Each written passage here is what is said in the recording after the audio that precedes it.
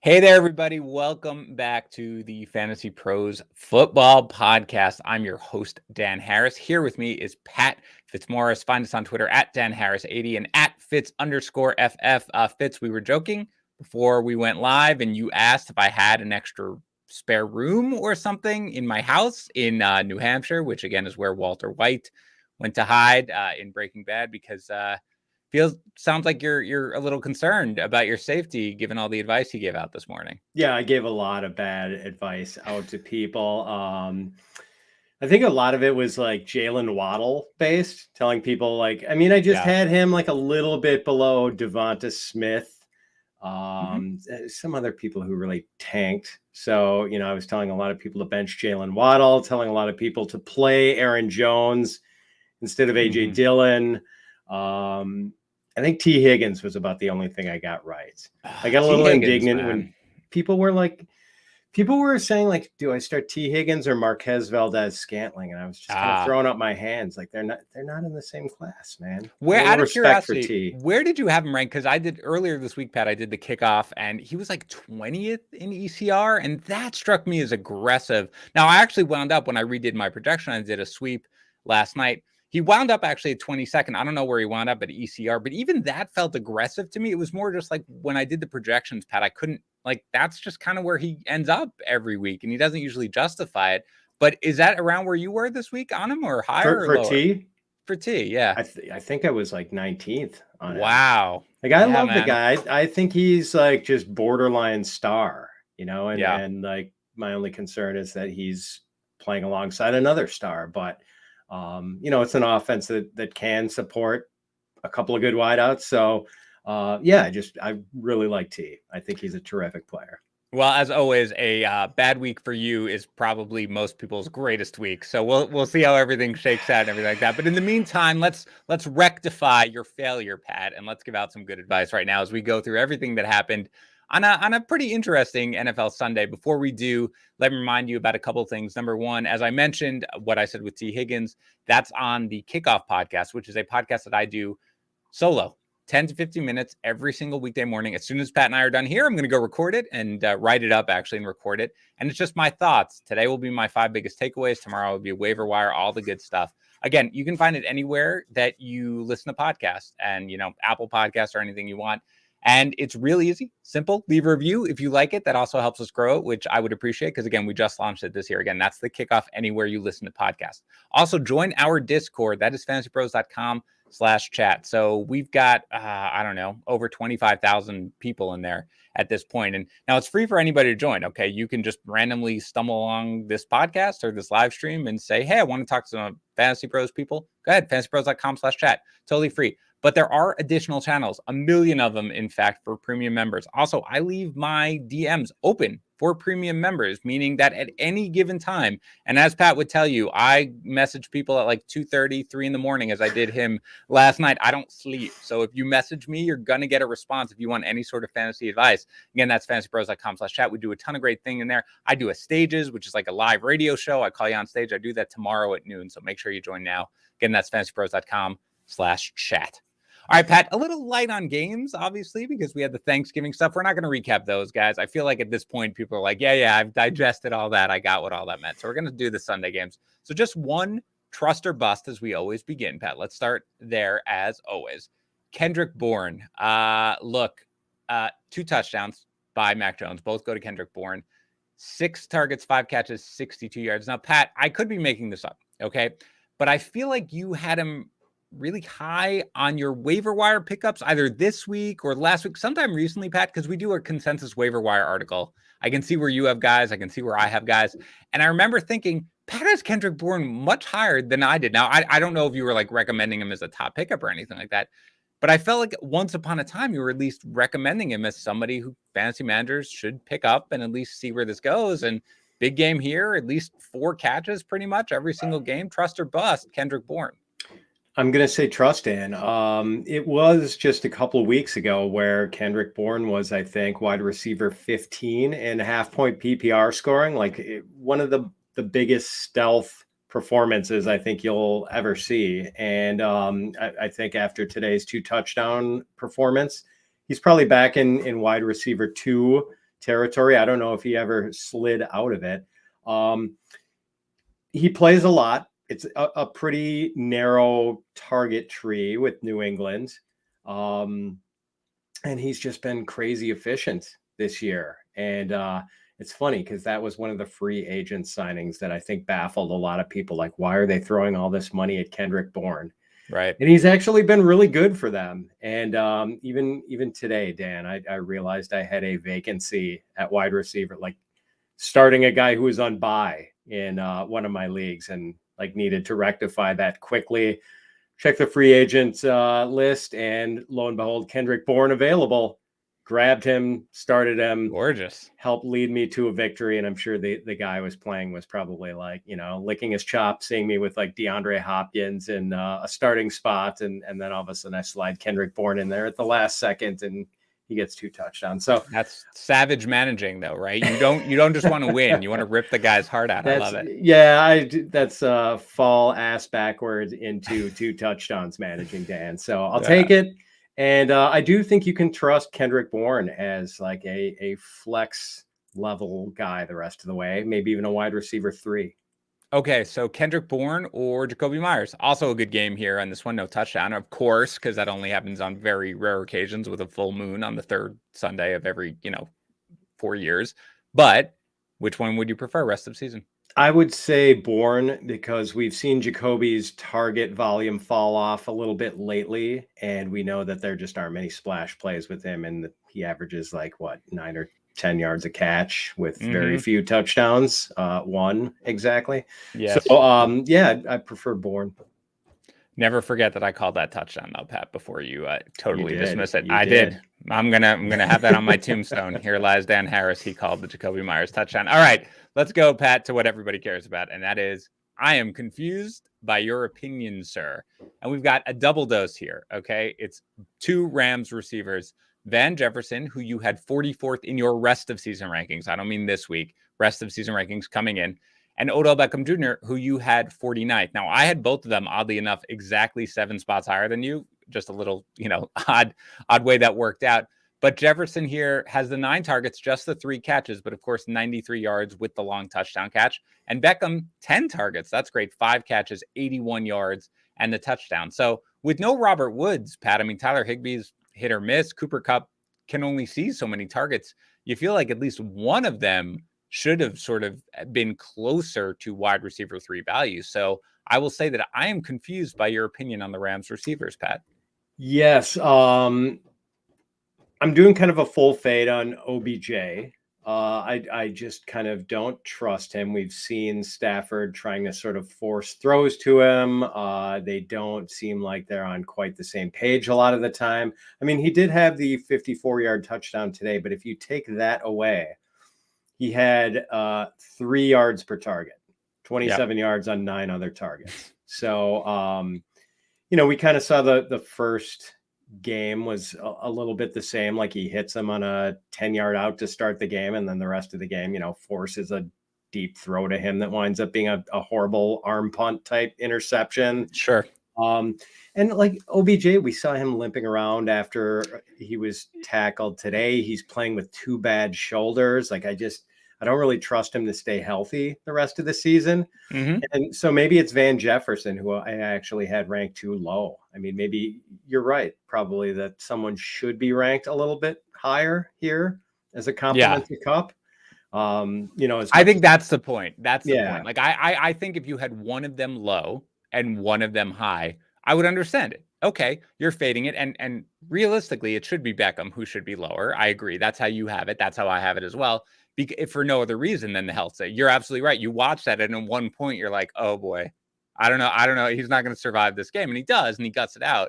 But yeah, I'd be okay with it. But you have to think one of those guys, right, at some point, is going to be closer to wide receiver 3 range, right? Yeah, and I do kind of like Jefferson to be that guy, although he was sort of in a similar boat as Beckham today with the one big play and then very inefficient with the other. Very close to that other one with Cooper Kupp threw him the touchdown pass that was originally called a touchdown. That would have been couldn't get the feet in bounds, but yes, so almost a real big day for Van Jefferson. Yeah. Yeah, he's the guy. I really do think, I thought when Deshaun Jackson was out that it was going to be Jefferson. He was going to be a guy who you could roster and feel pretty decent about. And certainly with Woods out, I definitely have a guy. Now, obviously, again, you're right. 9 targets, 3 catches, and 79 of his 93 yards or whatever he had came on that one play. So it definitely is something that you could be a little concerned about. But overall, I'm going to check in next week with you, Pat, and see where you have Van Jefferson ranked, because I expect him to be moving up. And I'm sorry, I'm just seeing an update on Debo, but there's not much concern on Debo for all the people asking in our chat. Adam Schefter just tweeted that out. He's going to have an MRI, but there's not much concern about him right now, which is great news for a guy who doesn't need to catch passes, is just basically a quasi running back at this point. All right, Pat, let's get into the games here. Bengals 41, Steelers 10. Total domination by the Bengals, which was not what I anticipated in this game. If you remember our Betting Bros podcast, Mixon, 32 touches, 163 total yards, 2 touchdowns. Pat, we both had him ranked 6th in our rest of season rankings. If anything, perhaps we were too low. But let's not draw. We know Mixon's good. Let's not draw too many conclusions about the passing game overall here, because it was such a blowout. I mean, Burrow was good, but just 190 yards passing. Again, T. Higgins was a guy we were just talking about. 8 targets, 6 catches, 114 yards, and a touchdown. Meanwhile, Jamar Chase, 3 targets, catches all of them for 39 yards. 32, 49, 32, 39 yards in his last 4 games. He does have 2 touchdowns, but you obviously feel relatively confident in T. Higgins. You just feel confident that both these guys are going to produce startable numbers each and every week, no questions asked for the most part? I do. And Chase doesn't need a lot of targets, I guess, to hit necessarily, although obviously the last few games for him have not gone ideally. And this was obviously a game script where they just didn't need to throw a lot. 2 of the completions to Chase were just the same throw, like he's immediately throw it to him in the left flat and let him do something. And I think both times he actually, made moves and picked up a first down. Yeah, I guess just no concerns here. There are going to be instances where they need to throw more and where we see some of those big Chase numbers that we saw earlier in the season. He's just in a bit of a drought right now, and today was entirely game script related. I will say that we have Kyle Yates, who is not appearing on this podcast, but is joining us here on the live stream. And if you're watching, you could see his comment, which is now plastered on our screen. It's good to see you, Yates. I will be skipping the Eagles-Giants game so as to not hear your opinion or not talk about at all Jalen Hurts with you being on this live stream. But we have a while before we get there, so let's keep going here with this game. There's actually some production somehow with these Steelers for the most part. Not everybody, obviously, but Pat Freiermuth catches the late touchdown pass, 4 for 40. Chase Claypool has 8 targets, catches just 3 of them, but 82 total yards you will definitely take. Deontay Johnson, I mean, he cleans up a lot in garbage time, Pat. Don't ask me why he's still in the game here, over the last couple of drives, but in the end, sees his customary kind of 14 targets, 9 catches, 95 yards. But without the volume, it is bad here for Najee Harris, 8 for 23 on the ground. 5 targets, 3 catches, 14 yards. I don't know, Pat. What do you make of this game? I mean, are there any big takeaways for you here from the Steelers side? Yeah, I mean, their offense is in such dire need of a rebuild. Basically, they can't block anyone. I mean, they just can't get anything going in the running game because they cannot move anyone off the line of scrimmage. And they obviously need a changing of the guard at quarterback and have no real they're not going to be well positioned in the draft for a rookie. They're, it seems like they are not one of the commonly mentioned teams in connection with either Aaron Rodgers or Deshaun Watson or anyone else of note who might be available after this season. So, I don't know where they go from here. Some good pass catching talents, but, the infrastructure is woefully in need of repair. You mentioned, the offensive line, and it's true, but, Najee produces like each and every week. So obviously he didn't hear. They have Baltimore next week. I mean, do you have actual, you're always starting Najee Harris, of course, because the volume is going to outweigh. So but we have to ask the question, like, do you have actual concerns? Because the offensive line seemed to overall have been playing a little bit better as the season had gone on. It looked like they changed their scheme a little bit, but I'll check where you had, Harris ranked. Are you moving him down after this? Does this give you some actual concerns here going forward? You had Harris ranked 5th rest of season. I mean, is he basically staying there? Or is he moving down? Yeah, I mean, he might go down a spot or two, but for the most part, not too worried, just because he has that versatility. Like, he's kind of game script proof. Yeah. Unless they're getting, blown out today and had Kalen Ballage in at the end of the game just because they were Right. getting trucked so badly. But he can run, he can catch. There are times where they've got the running game going and he's had a couple of 100-yard outings, but man, it just did not look good today. They could do nothing on offense, and just the same sort of inefficiency for Roethlisberger. As you mentioned, all the targets for Deontay Johnson, and they're like empty 6 yards per target or whatever. So it was kind of gross. Yeah. Well, thankfully he gets 13 targets every single game, which saves him. And, they give him these, short area targets designed to get him in space at the very least, which is something that's good. But yeah, again, Harris should be pretty safe regardless of game script, just because he factors in so much to the passing game, unless it's you're down by 30 points and the game is over in the third quarter, in which case, yeah, let's get some Kalen Ballage. All right. So before we keep going, right before I started this podcast, Pat, I got a text message on my phone, which told me that I was outbid on Pristine Auction, because that's actually how I have my settings set up, so that I know I get a text message, whatever I'm doing. So if you see me looking to the side right now, I'm not looking at the schedule. I'm not looking at notes. I'm looking at whether or not I am winning the AJ Brown signed jersey that I'm trying to buy for my son for Christmas to go along with his signed Derrick Henry jersey. He's a huge Titans fan. Don't ask me why.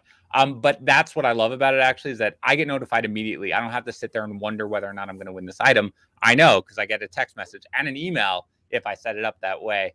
And look, I want to win this jersey. I really do, for Will. But if I don't, I'm not concerned about it, because I know there's going to be a million more items up for bid tomorrow, like 10,000 football items that are up for bid right now. And I'm going to go searching, and you can do a Pristine Auction, because that's how it works. It's free to register for it. It is free to bid. You only pay if you win something. And there are amazing prices. Again, I've probably bought like 15 items. I bought coins, actually. This is not a joke. I bought coins a few days ago because my daughter really likes to collect coins. And they have some cool, like really old ones and really rare ones that I got on Pristine Auction. And she's going to get them for her birthday, which is coming up in a couple of weeks. You can get anything you want. Now, of course, you probably want football items, which is great. Again, as I said, over 10,000 right now for sale on there. Just go to pristineauction.com. See for yourself. PRISTINE auction.com. And if you want $5 in free credits, use our code FantasyPros in the registration field. When you sign up, they will know that we sent you. Again, that's pristineauction.com. Use our code FantasyPros. All right, Pat, let's keep going here with the games. Let's go to, what should we go next? Let's do Bucks. Yes, that's the next one. Bucks 38, Colts 31. So Leonard Fournette, decent game here. 17 carries, 100 yards and 3 touchdowns, 8 targets, 7 catches, 31 yards with another touchdown. So someone questioned me on Twitter, Pat, when I did the trade values chart, which I do every single week. Last one was last week. And he was like, why do you have Fournette, like a step below here, DeAndre Swift and Darrell Henderson? And I said, well, the schedule upcoming is brutal, beginning with this week. Of course, the Colts are very good against the run. Thought Ronald Jones may factor in here. And this was just a really tough run defense, and he just ran all over them. Again, the schedule going forward, Pat, not that great. After Atlanta, it's Buffalo, it's New Orleans, and then the Panthers, so it's not the best. But after this, Pat, he's locked in RB1 even. Can we say that going forward? I think we can. His rushing volume had tapered off a little bit in recent weeks. We saw it climb back up here. But what's great is he is getting that massive target volume. Like, I saw a film breakdown, and I wish I could give proper credit for this, but it was somewhere like, if Brady gets hit, subsequently he will like miss open wide receivers and check it down to Leonard Fournette to just like get rid of the ball and not take additional hits. And I mean, Fournette has become such a safety blanket for him. And Fournette is, looking at Fournette's career stats, that one season in Jacksonville where he caught 78 passes or something like that. That seemed like such an outlier. Like, I think he's on pace to equal or top that at this point. And, and he looked really good running the ball too. He looked like 2015 Leonard Fournette in Baton Rouge, where he was just laying waste to the SEC. Yeah. I mean, that game winner in the final minute was incredible. Like that was just like him being a complete beast with contact and breaking tackles. So yeah, I mean, he just looked fantastic. And I do think he has to be just right on the cusp of RB1 range, if not inside that cut line. As usual, Pat, you had him ranked one spot higher than I did. So kudos to you for the rest of the season, not this week. I don't look at this week's rankings at all. Yeah, and the difference between that and, this and that Jacksonville sort of, whatever he had, 83 for whatever reason, Pat, is the number that sticks out in my mind for the receptions. I don't know exactly what it was. Maybe it was, yeah. But regardless, he's doing something with these receptions. Right? Remember last time it was like, okay, great, you got all those receptions. That's fantastic. But it was just like, okay, good. These are kind of like empty receptions. Here he gets the ball and he's in space and he just looks absolutely fantastic. Yeah. So yeah, to that random Twitter follower who questioned me about my values, I think you're right. If I did another trade chart, but I'm not because we're past the deadline pretty much for all leagues, then I'd be moving Fournette up. So my bad on that one. All right. So Brady obviously has a poor fantasy game here, 226 yards, 1 touchdown and a pick. But I mean, again, hard to fault them too much. It was just not the touchdowns here. Rob Gronkowski looks amazing. 10 targets, 7 catches, 123 yards. Pat, you had him 15th rest of season. I assume now you are back all in on Gronk, right? Yes. Okay. Mea culpa there. He needs to be much higher. I mean, in a game where there was no Antonio Brown, he somehow managed to single-handedly marginalize Mike Evans and Chris Godwin. Yep. So we have to talk about that. And by the way, there's a reason he's not in I'm confused by your opinion, sir, because I had him 20th rest of season. So you are the smart guy in this. I was just concerned about the health, and I kind of wanted to see it. And now I've seen it and he will be skyrocketing back up. But let's talk about the receivers then, Pat, because of it. I mean, look, Chris Godwin, I feel like Godwin's entitled to a little bit of a down game here, 4 for 24. He also lost a fumble. But Mike Evans, 5 targets, 3 catches, 16 yards. And I feel like, again, if he doesn't get the quote-unquote touchdown deodorant, there are times more often than not where he's going to disappoint. And now you do have Antonio Brown supposed to come back, Pat, next week. I mean, that's all the talk, obviously, of it. And you've got Gronk, you've got Fournette, such a factor in the passing game. Do you have any concerns about either or both of the Bucs wide receivers that played today, Godwin and Evans? I mean, I do. I think they're both going to be starting, but I think they might both be ranked in wide receiver 2 range. I've been consistently ranking, I think, both in wide receiver 1 range with AB out. But now with Gronk coming to the fore, with Brady so comfortable checking down to Fournette and so anxious to do that when he does take those big hits. I think you have to wonder about these guys. We might see a little bit what we saw last year with Evans, where it is kind of his value is very touchdown dependent. And if he doesn't get those touchdowns, often you'll be disappointed in what you get. Yeah, and I've been saying he's a sell high forever, and he just keeps making me look like an idiot. So for one day at least, I'm very happy to not look like an idiot. I will say, again, we're in the live stream. Never had it so good, says Wednesday trade deadline in my league. Never had it so good, I believe, is a member of our Discord. If the name is the same on Discord, and guess what, bud? You're a premium member. Go ahead and DM me, no problem. I will answer your trade question even without the chart. So let's get it going there.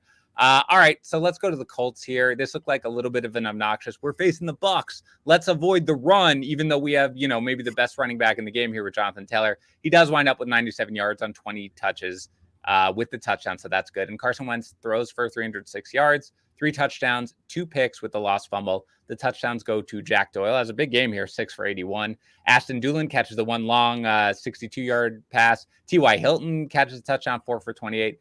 Michael Pittman Jr. here, I lament the lack of targets, Pat, usually for Pittman whenever we talk about him. He gets the targets in this one, 10 targets, 4 catches only, though, 53 yards. So I assume you had him ranked at wide receiver 14, Pat. I assume this game does nothing to impact that opinion. Yeah, I mean, we had been lamenting that lack of targets, and today was the lack of efficiency. Maybe, I might have to move him down a little bit.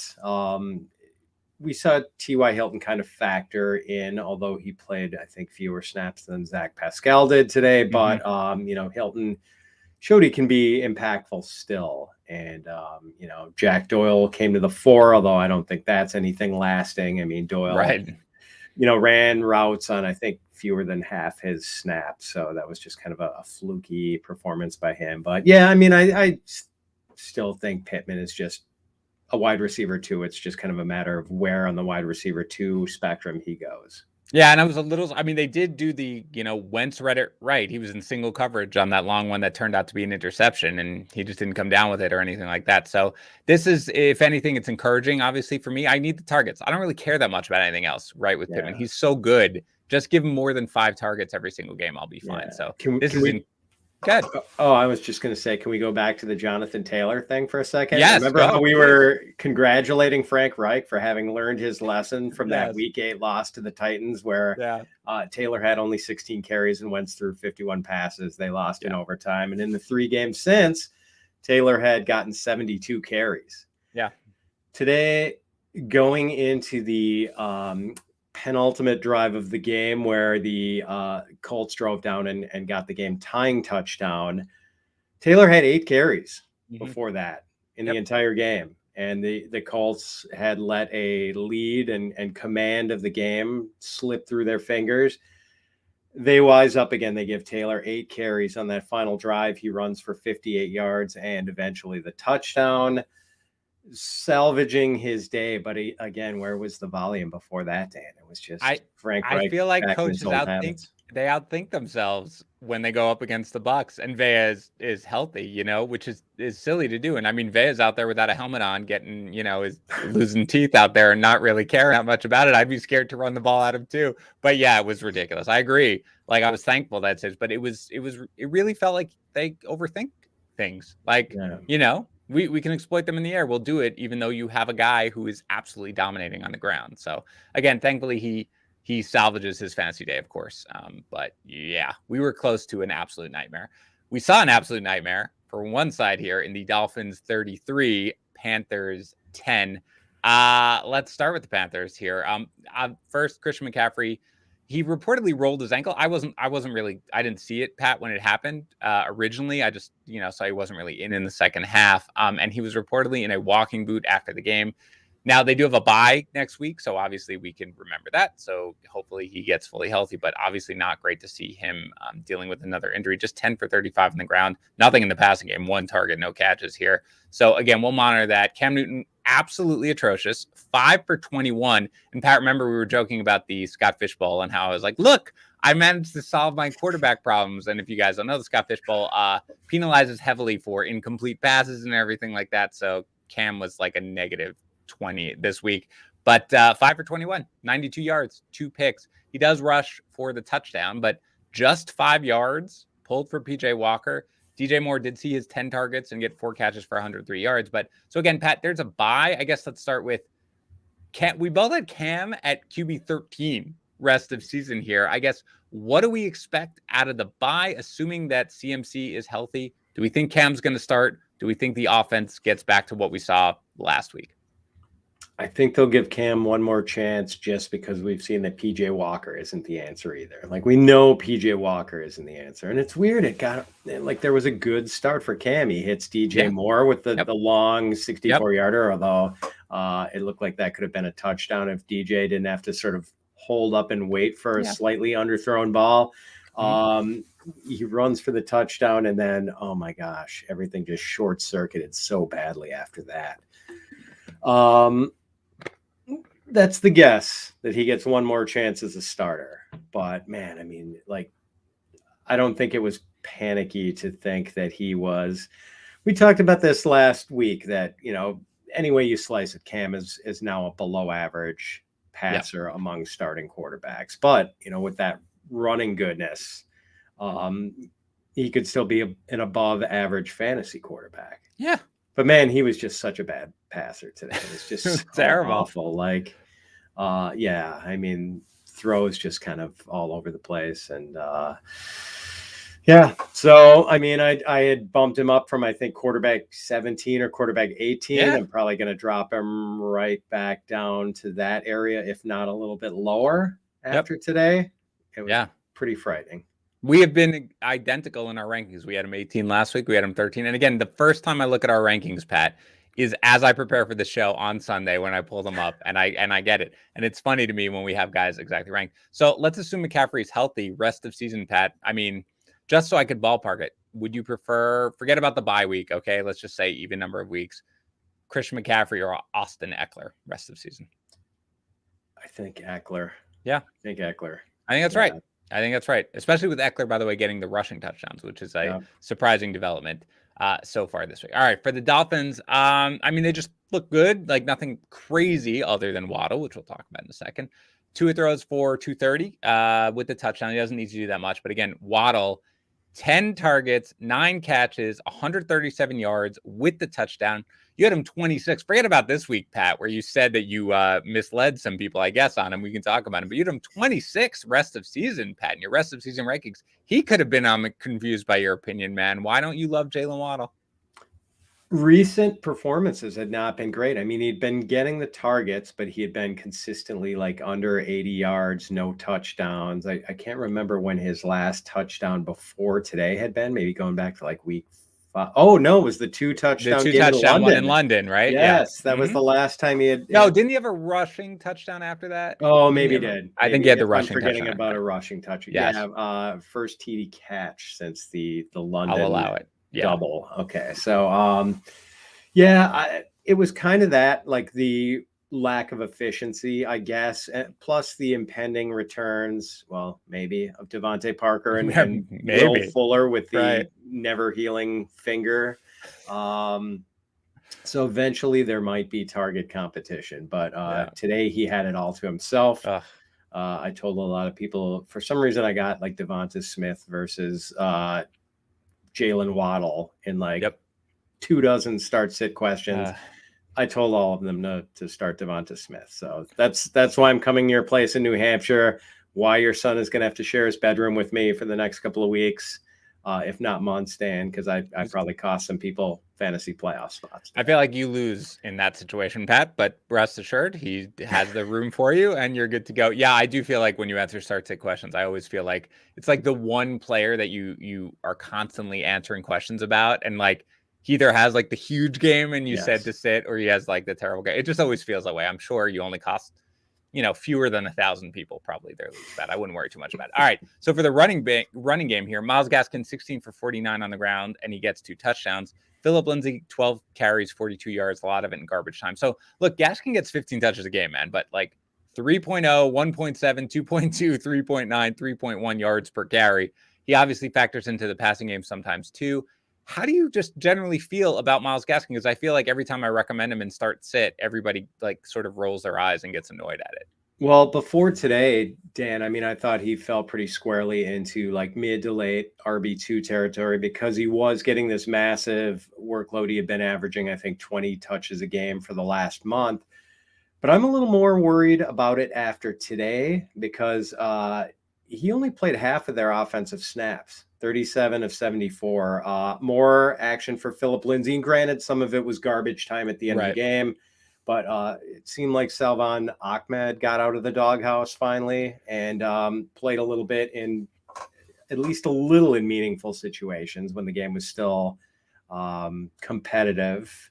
So, yeah, I mean, kind of the same way, like that Miami offensive line is not very good. He's going to struggle and be inefficient, but volume is volume. So, I think he's now I would move him down to like lower RB2, high end RB3 territory. Yeah. I mean, the good thing is obviously they get the Giants and then they have they have a bye and then the Jets. So it is something where at least they've got that sort of, right. Speaking of running backs from this game, Dan, just to backtrack on the Panthers for 1 second, I think it's worth noting that Amir Abdullah has like suddenly passed Chuba Hubbard on the depth chart in Carolina. So people looking to handcuff CMC during this bye week, even though the Panthers do that week 13 bye, I think we're going to see a lot of action on the waiver wires with Amir Abdullah this week. Yeah, I mean, it was interesting because I wasn't sure whether that's just sort of something that comes into play if it's like, well, we're passing, but he obviously, I mean, Hubbard played only 11 snaps in this game. So that is something. It's a good point. Obviously, we've got the bye week, so it's tough really for people to pick him up. But also, Pat, I love the assertiveness now where you just basically like, no, I want to talk about that. We didn't talk about that because I know you keep it moving and you bring it up. I love it. It's my favorite thing in the world. So don't worry about it. All right. Before we get to the next game, you guys know Props Fantasy. I've been talking about it before on many shows. This one and the Friday one. You can challenge friends and, your fantasy team versus their fantasy team, even if you're not in the same league or anything like that. Well, now Props Fantasy is introducing the Tournament of Champions. That is a 3-week playoff style tournament between the best podcast analysts in the biz. And that started this week. And it's a battle of analysts, us including at FantasyPros here, Dynasty Nerds, Ball Blast, and more. Join Props Fantasy, back your favorite team, and you can make money when they win. It is super easy. Just sync your team from Sleeper or Yahoo, create a challenge, and then crown yourself the undisputed champion. Sign up with propsfantasy.com/pros. Cash in on the Tournament of Champions. Again, that started with this week 12 action. Also, registration gives you a chance to win a signed Aaron Rodgers helmet. And the more challenges you enter, the more chances you have to win. Again, propsfantasy.com/pros. All right, Pat, let's keep going here with the games. Let's go to the Patriots 36, Titans 13. Mac Jones throws for 310 with 2 touchdowns. Again, both of them go to Kendrick Bourne that we talked about. Jacoby Myers does have the nice game here, 8 targets, 5 catches, 98 yards. But let's talk about the running backs, Pat. They split the work again. Harris finds the end zone, 11 carries, 40 yards with the touchdown. Ramondre Stevenson, 9 carries, 46 yards. Same deal as usual, Pat. I feel like we rank and start both guys as sort of like high-end flexes, but nothing more. Yeah, that's about it. And I think the running back snaps for the Patriots were almost split perfectly, 1/3 each. Damian Harris, Ramondre Stevenson, Brandon Bolden. Yep. So, yeah, not much separation between Harris and Stevenson. I think edge to Harris because he does still seem to be the favored green zone running back. Yeah. The better likelihood for touchdowns. So yeah, I think we're going to have these guys somewhere in the mid to upper 20s in our rankings going forward. And probably in a lot of start-sit questions over the next few weeks, unfortunately. Yeah. And I think that, the issue really is that Bolden is just the passing downs back. I mean, you were getting Stevenson getting work in the passing game right now. He got one target in this game. So it is something where, that does cap the value a little bit of both of them for sure. But again, both guys, because they'll give you decent numbers pretty much each and every week. And can we drop Hunter Henry? 5 targets, 2 catches, 16 yards. Yes. Right. I mean, he goes from like this guy. How many straight games did he have touchdowns in? Like 5 or something. And now I think it was more than that. Yeah. Yeah. Completely droppable because Jonnu Smith is back. And if Yates is still watching, he's going to be happy about that. I think that Jonnu is. He went to bed a while ago, but yeah, I do think that he's probably pretty excited about Jonnu. But yeah, drop Hunter Henry. Again, you've got, decent tight ends. Although we did lose Dan Arnold today to an injury. Hopefully it's not that bad. For the Titans, both running backs impressed. They both lose pretty critical fumbles, but they both impressed. Dontrell Hilliard, everybody was like, he'll factor into the passing game. Definitely 1 catch for 2 yards, but 12 carries for 131 yards with the touchdown, had that long touchdown run. And Deonta Foreman, 19 carries for 109 yards. Your leading receiver is Nick Westbrook-Akina with 2 catches for 25 yards. He does get the touchdown after poor Mike Vrabel had to angrily waste that challenge flag on what was an obvious touchdown. Tannehill throws for just 93 yards. It's hard to analyze this with no weapons, Pat, but that's all they have. They have no weapons, and now they have a bye. We haven't been able to talk about the running backs, Pat, since they cut Adrian Peterson. So, I mean, based on what you saw, both guys were effective. What do you think about the running game going forward? Yeah, and they split snaps basically 50-50. Hilliard looks really good. And credit, first of all, to the Titans offensive line. They did a whale of a job today creating space in the running game against a really good New England defense. I would not have expected that, 2 backs were going to both hit for fantasy against the Patriots, especially when it's 2 backs who were complete non-factors when the season began.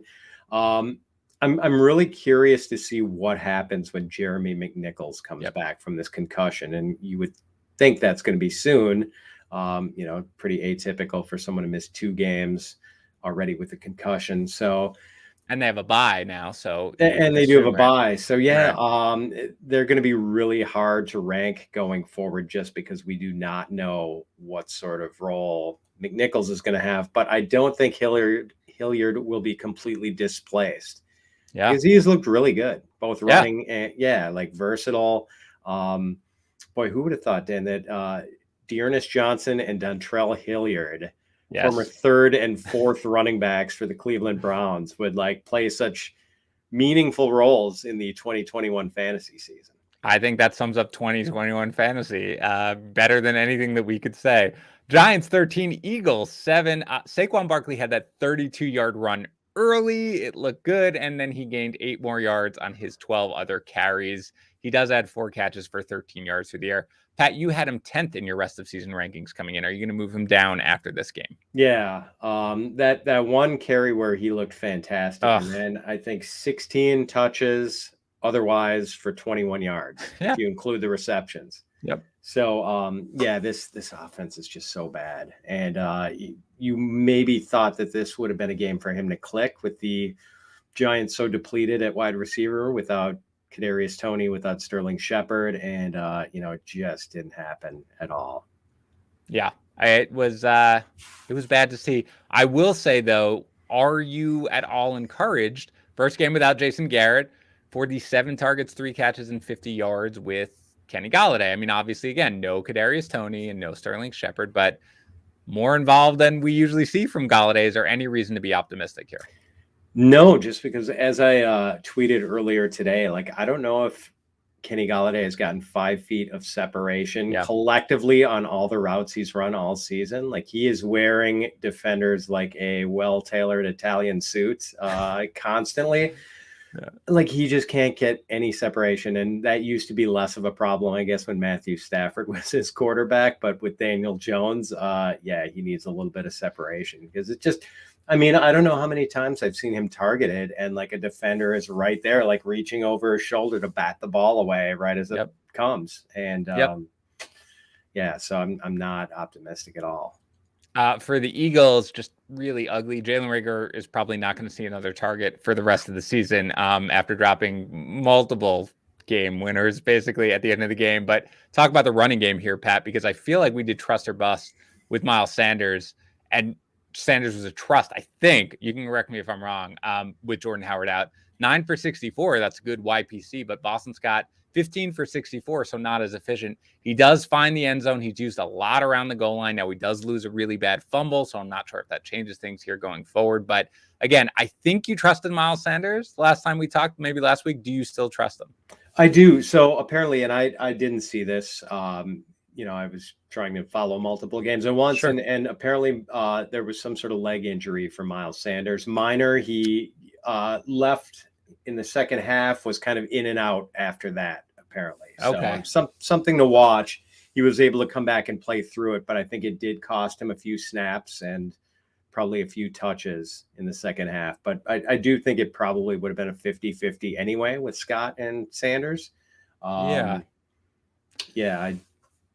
did miss that. I didn't. I mean, I saw him limp off at one, like slightly. It looked like a little bit, but it didn't look that bad or anything like that. And I think I saw him back in a little bit. He did come back, yeah. Yeah, okay. But yeah, you're right. If it's health, then okay. And again, Scott did lose a fumble that could cost him going forward. So yeah, again, and we'll see about Jordan Howard. About Jordan Howard. Messy, sure. But I don't expect it. I mean, just me. I fade injuries anyway, especially with a guy like Howard. So it's there. Again, Yates is not in the chat right now, so I can talk about it, which is that Jalen Hurts was terrible. Just 129 yards passing with 3 picks. Again, it's sort of the Cam thing that we talked about. He adds a 77 yards rushing at least, right? So you're like, okay, well, worst case scenario, that's what we've got. But again, you mentioned the Jalen Waddle, Devontae Smith sort of debate, and Devontae Smith, as Jalen Hurts struggles, so too do the pass catchers that we rely on. Devontae Smith, 4 targets, 2 catches, 22 yards. Dallas Goedert, 1 catch on 3 targets for 0 yards. Does this game make you at all question your rest of season rankings on either of those guys? Yeah, we'll have to be careful with them. I mean, because we have seen from, I think, week 7 to week 11, Eagles running backs average 30.8 carries a game and just completely dwarfing the passing game for the Eagles. And I think today was only maybe 24 carries for Eagles running backs, but I think that might have still exceeded the number of pass attempts for Jalen Hurts or been right around it. So, and boy, I don't know, Dan, it seems like every time, just when we're like this close to thinking Hurts can be a good enough NFL passer to stick, to anchor himself as a starting quarterback for, next year solidly. Yep. He has a game like this where he just looks like hell. And I think that is going to be an interesting storyline in the offseason with whether the Eagles want to go into the 2022 season with Hurts as their starter. Yeah. And I think there was a Rappaport article or something earlier today before the game about how it's like, look what Hurts has done. He's changed the entire sort of way the Eagles are looking at their future. And then this, where he really did look terrible. And again, this was a game they could have sort of gotten back into the division, sort of threatened for the division crown with Dallas losing. But this was just an egg all around. Falcons 21, Jags 14. Quite the difference with Cordero Patterson here on the field. 16 carries, 108 yards, and 2 touchdowns, 3 targets, 2 catches, and 27 yards through the air. He is very good. Kyle Pitts, though, and we've got some people asking about him in the chat. 6 targets, 2 catches, 26 yards. Pat, you have stubbornly refused to move him down in your rest of season rankings. Still third for you, Pat. I think it's time to move him down, don't you think, from there? It is time to move him down, Dan. And I think the Falcons' lack of firepower at wide receiver is allowing defenses to throw everything but the kitchen sink. Maybe the kitchen sink too at Kyle Pitts defensively. Yeah. And you saw it, like there were a couple times in this game where Matt Ryan got like 4, 5, 6 seconds to throw, where he was like scanning the field, couldn't find anyone. I mean, there was one time I think he had like 6 seconds and wound up taking a sack. And, a lot of people would be screaming at Matt Ryan, but like Matt Ryan will dump the ball off if there's no one to throw. Like he has no compunction about like being stubborn and trying to like force something downfield. No one gets open. Right. Like, these wide receivers are just abysmal on this team. And, I think it's costing Pitts. Like he's having to go up against cornerbacks, and maybe the solution is to move him in line more often so he can actually go against safeties and linebackers. Right. I'm going to have to move him down. It's just kind of bleak. And I think the situation at wide receiver is allowing opposing defenses to really concentrate on stopping Kyle Pitts and not letting him beat them. Yeah. And, again, you mentioned it. The other wide receivers are, just not really getting separation. But I will say, Russell Gage, again, 7 targets, 6 catches, 62 yards with the touchdown. He does have 15 targets over the last 2 games. If you're desperate at wide receiver, any interest there or just move on? No, just because we've seen like 2 goose eggs in the last 5 games or whatever. Yeah. Like he'll show up every so often. He is the best of a bad group, but it's such a shaky floor. I don't think you want to trust in Russell Gage. More of the same here for the Jaguars, other than, again, the Dan Arnold injury, so we'll have to monitor that, but he left pretty early and did not return. James Robinson, 20 touches, 115 yards. Marvin Jones, 7 targets, 4 catches, 43 yards. Laviska Shenault, 9 targets, 5 catches, 33 yards. We thought maybe no Jamal Agnew, maybe, Shenault would start breaking out, but it gets targets, but it's kind of more of the same. Is this just what we usually think when we look at the Jaguars, Pat, which is you start James Robinson and you kind of ignore everybody else at this point? Yeah, that's it. I mean, every time you get your hopes up about Laviska Shenault, now it's Laquan Treadwell is getting as many or more targets than Laviska. Yes. And with the slot usage, it just means that he's going to have an ADOT of like 3 yards, and whatever he does catch is not going to be worth very much in fantasy. Yeah, everybody wants Shenault to be a thing, but he's not going to be a thing, at least not right now. Jets 21, Texans 14. So no Michael Carter, but nobody cares because you have Austin Walter, 9 carries, 38 yards, and a touchdown. I got a lot of text messages from my buddies who play fantasy who were very angry and blaming me personally because I'm a Jets fan for that. I didn't do anything. Tevin Coleman does get 16 carries for 67 yards, 2 catches for 3 yards through the air. Ty Johnson, 6 carries for 42 yards. They've got the Eagles next. Are you willing to start any Jets running back in that game? Probably not. Not unless I'm really desperate. Maybe in my 16-team league. Yeah. Even there, I was lucky. I didn't have to. I was tempted to play Ty Johnson, but didn't. It was really tempting. I'm so glad I didn't. Austin Walter, Dan, one of 2 guys I had to like go and like look up like, who is this guy? That's Yeah. weird. We're the fantasy experts. I'm a Jets fan, and I was still like, wait, Austin Walter? Like, I knew the name, but like very, very vaguely. Oh my God. So yeah, he was a committee back at Rice, who I think his high was like 500 and some rushing yards, but he did have like 1,000 yards from scrimmage his senior year because he caught a lot of balls. He was like a 44 catch, 500 yard guy like that. The other guy was Cody Hollister. I forgot to talk about him with the Titans game. Mm-hmm. He was second in wide receiver snaps for him. Cody Hollister's single season college high in receiving yardage, 140 yards. And he was second on the Titans in snaps today. Pity Ryan Tannehill. Yeah, I do actually feel very bad for Ryan Tannehill.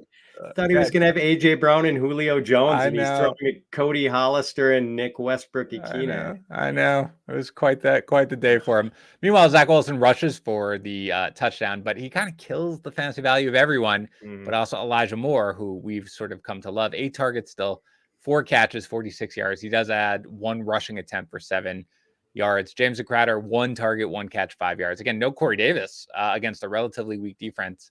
So little production. So Pat, you had Moore 33rd. I am 34th rest of season. Are you keeping him there or moving him down? Moving him down a little bit until we see some chemistry with Wilson. Yeah, and by the way, that was the other guy I was telling people to start over Jalen Waddle today, Elijah Moore. Right. So yeah, I mean, like he's going to be good. I think it's tough to keep him out of your lineup because I think there probably are still going to be some explosion games from him going forward. But yeah, I think we need the show me game from him with Zach Wilson. Yeah, I agree. I definitely think that this is a downgrade for him, but still somebody who I think you can probably get away with starting. And 8 targets at least is good. He's going to be heavily involved. And I do like that they gave him a rushing attempt, if for no other reason than it shows like, okay, we know where our bread is buttered. We know we have to get him involved as much as possible. By the way, Pat, go ahead.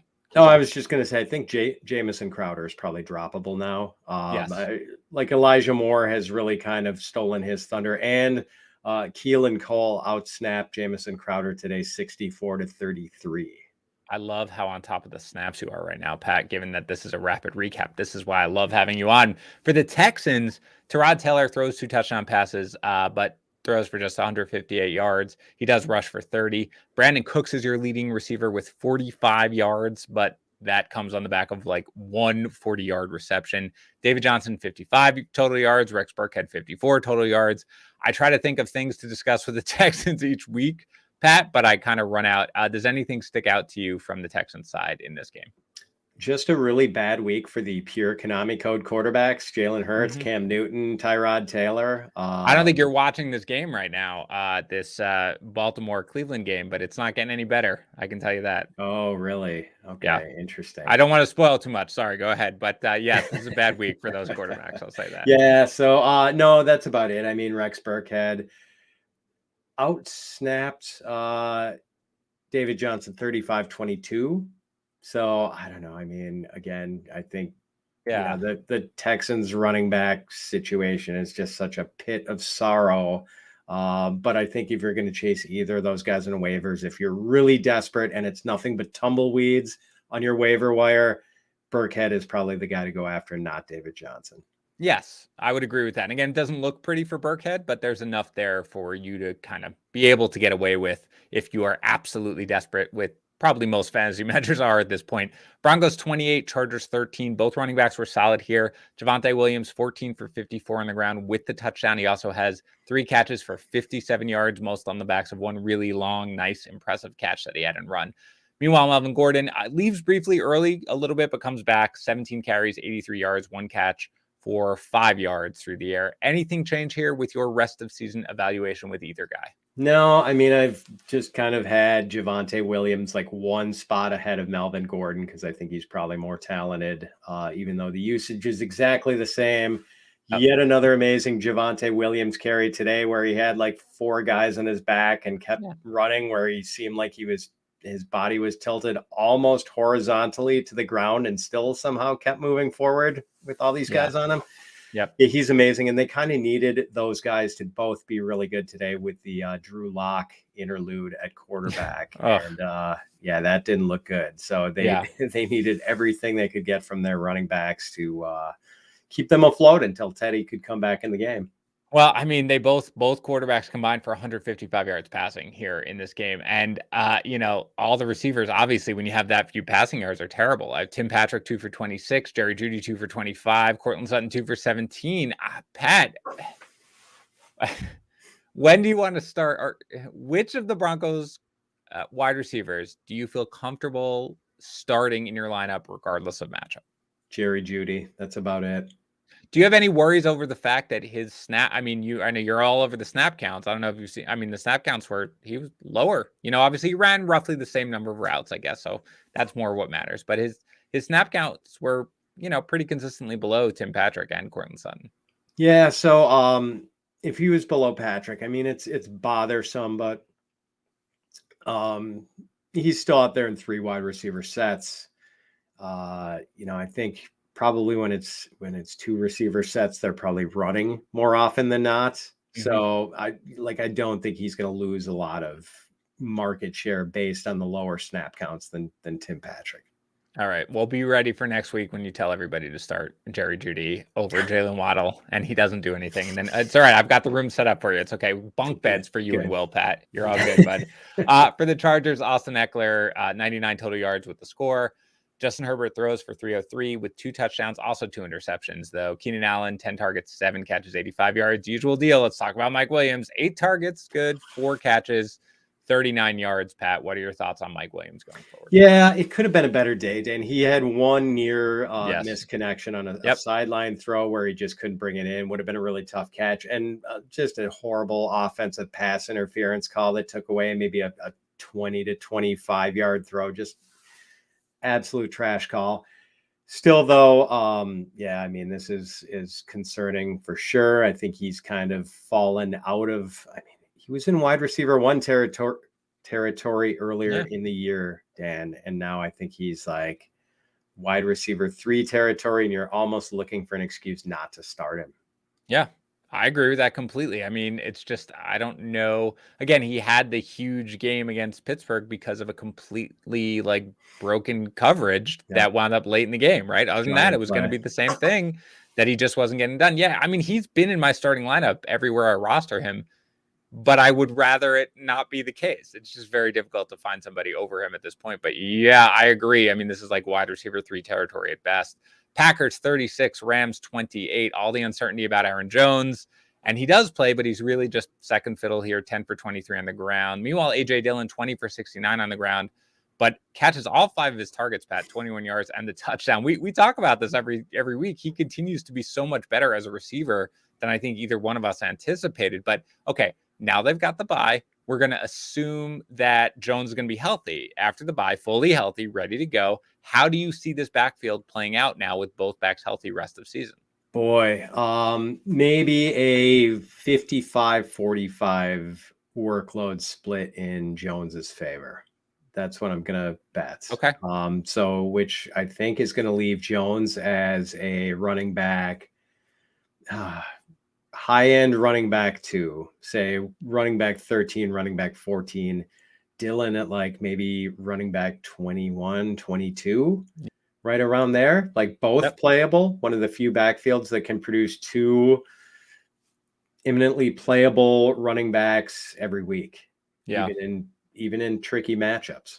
Yeah. Well, I'm glad you said that because that's how I see it. But I'll being honest, I trust you a little more, Pat. You're a fan of the team. I think you probably have a little more insight than I do. But yeah, I do. Both guys will be startable, but there's just no way you can, because Dillon for a while early in the season, or at least for a stretch, was getting 13 touches a game. And you were like, okay, here we go. And then he just kind of was marginalized for a little while. That's not going to happen again. I don't think you can do that. Dillon looks great when he's out there for the most part. He runs so hard, every time. So many times. I mean, I can't count the number of times where I feel like he's got to convert the third down, Pat, and he's hit early, and you're like, oh, they didn't get it, and he just fights his way through and winds up gaining 2 or 3 yards. It's great to watch. So I do agree with you. Some interesting stuff here with the passing game. I do want to talk about that. Aaron Rodgers, 307 yards, 2 passing touchdowns, also the rushing touchdown. He can, forget about the fractured toe, continues to do extremely well. Devontae Adams, 9 targets, 8 catches, 104 yards. Randall Cobb does catch the touchdown, 95 yards, but he does leave with a groin injury.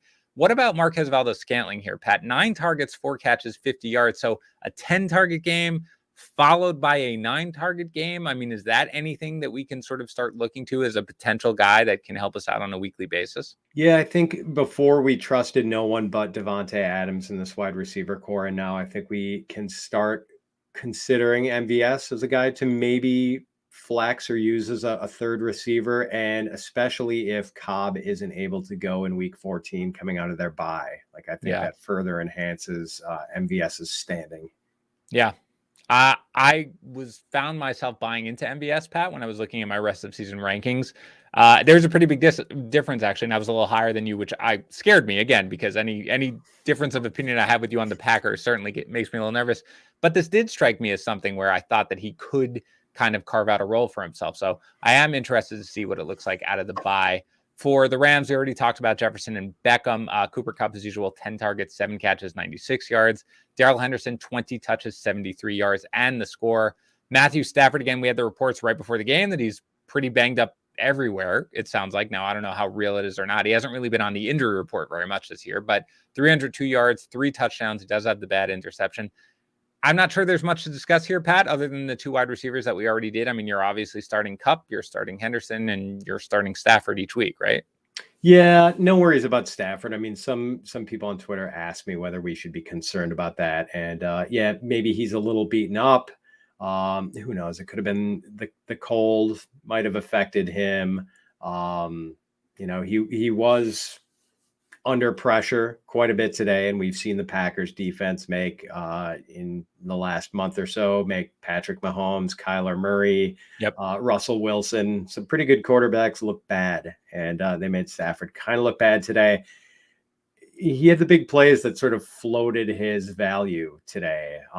2 just blown coverages on the long Beckham and the long Jefferson touchdowns, but yeah, for the most part, he was pretty off today, but I'm not too worried.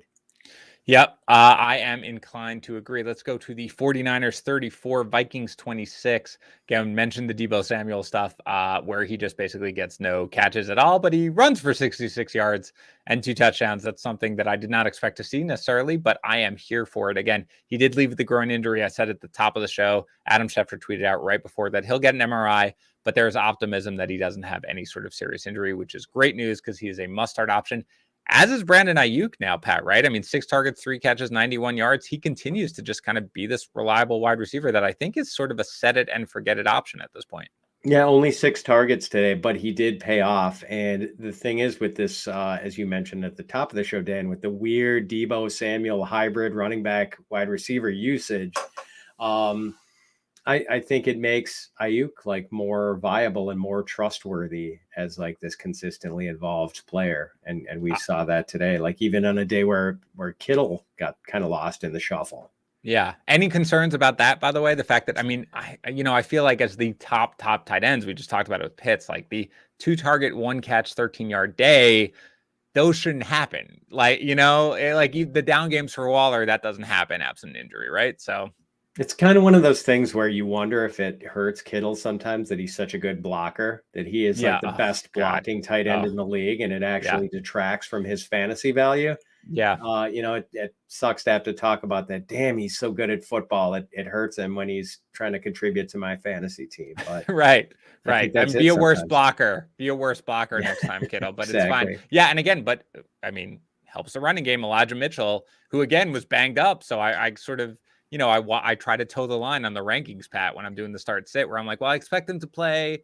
I think he's going to play. It's a late game. Like there's a chance maybe he doesn't. If he does, are they going to give him a full workload because he got the finger? And 27 carries, 133 yards and a touchdown. Plus, by the way, I like that he's just suddenly involved in the passing game. 6 targets, 5 catches, 35 yards. I mean, he's just Pat, a super high-end RB2 at this point going forward? Yeah, I think so. And, even with the concerns today, I had him running back 19, and I was kind of worried if that was too high.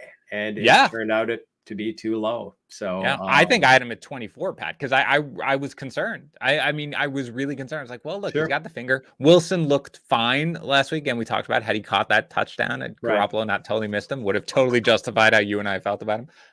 So I was a little concerned. So I was willing to go with some other options. And again, yeah, that turned out to be a mistake. For the Vikings, the big thing, of course, is the Dalvin Cook injury. It sounds like the latest thing I've heard is a dislocated shoulder. Sometimes that means that you can maybe play through it. It's like half the guys in the league are playing with dislocated shoulders, but it's not good no matter what. So maybe he misses some time. Alexander Madison does find the end zone, 7 for 21 on the ground. I think that was before actually the Cook injury even. But obviously, if he's available, he's the top pickup this week, of course, and you would start him. But we'll just wait to see on that. Cousins throws for 238 and 2 touchdowns with a pick. Both touchdowns go to Adam Thielen, 7 targets, 5 catches, 62 yards. Justin Jefferson, 9 targets, 4 catches, 83 yards. Pat, Thielen was 21st for you in your rest of season rankings. Does this game move the needle at all? No, kind of the same old with him. Like he outkicks his touchdown expectations so consistently. Like we have to consider that part of it. But Jefferson is still going to be the alpha here. But amazing catch on the second touchdown by Thielen too. So falling one way and then reaching back and like flypaper hands. I know. Catch. Just incredible. So yeah, I mean, I think he's just solid wide receiver too, and you like that skinny target tree. I mean, remember when people were thinking you could almost start KJ Osborne earlier in the season? Like he has completely disappeared. So I think Jefferson's a wide receiver 1, Thielen a wide receiver 2. I will take this, Pat. All right, that's going to do it for today's show. Thanks to Props Fantasy. Come check out the Tournament of Champions. Just sign up with propsfantasy.com/pros. Cash in on the Tournament of Champions that started with Week 12 action. Also, registration gives you a chance to win a signed Aaron Rodgers helmet. And the more challenges you enter, the more chances you have to win. Thanks also to Pristine Auction. Thousands of auctions every single day. Go to pristineauction.com. See for yourself, PRISTINE auction.com. You want $5 in free credits. Use our code FantasyPros in the registration field when you sign up so they'll know we sent you. That's going to do it for our recap show. Thank you so much to everybody who tuned in live. More than 200 people giving us comments, having some fun in the chat. We'll talk to you again on the Waiver Wire show tomorrow.